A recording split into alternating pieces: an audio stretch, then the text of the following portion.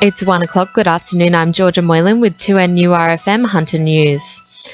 The Hunter's Liberal candidates met with workers of the coal industry this morning to discuss the New South Wales Greens policy that intends to end all coal exports by 2020. The Greens released the initiative stating that 95% of New South Wales coal reserves must remain unburnt to avoid dangerous climate change. Liberal MLC for the Hunters Scott MacDonald says many jobs will be lost if this goes ahead. You've got those direct jobs, so you have the people be out of the mine within 5 years, and all those people that supply everything from the fuel to the food, everything you can think of.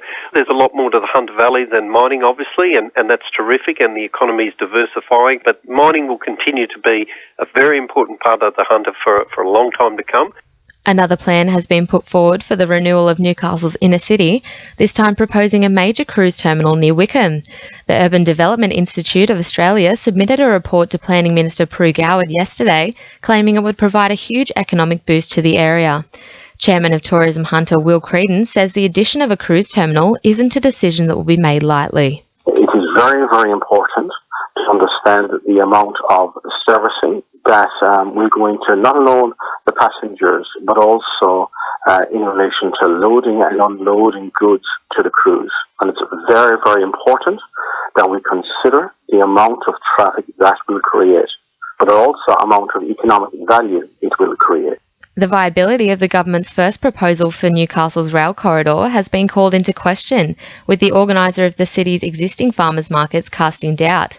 The proposal plans to convert the railway station into a produce showcase, with hopes for a bustling inner-city market similar to those in Melbourne or Sydney.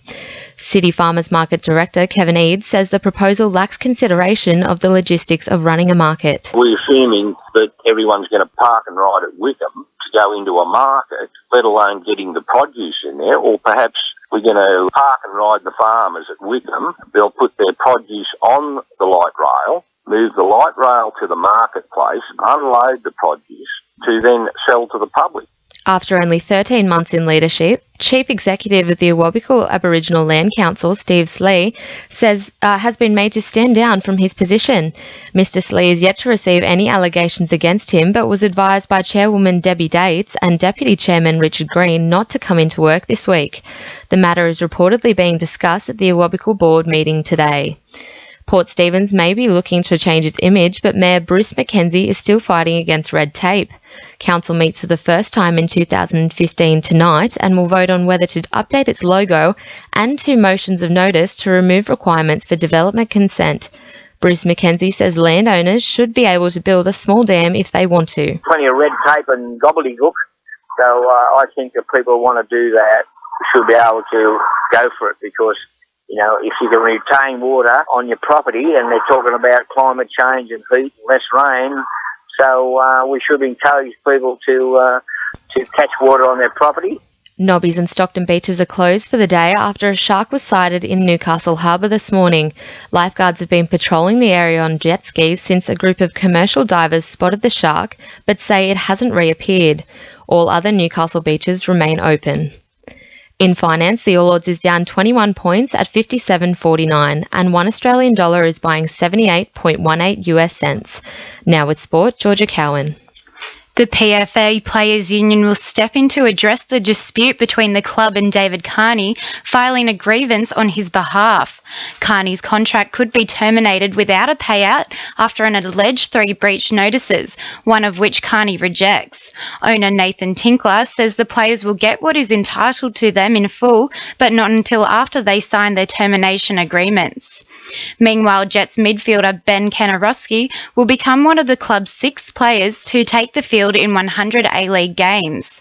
The homegrown star has spoken out about the recent off-field drama in the club, saying it has left wounds which will take a long time to heal.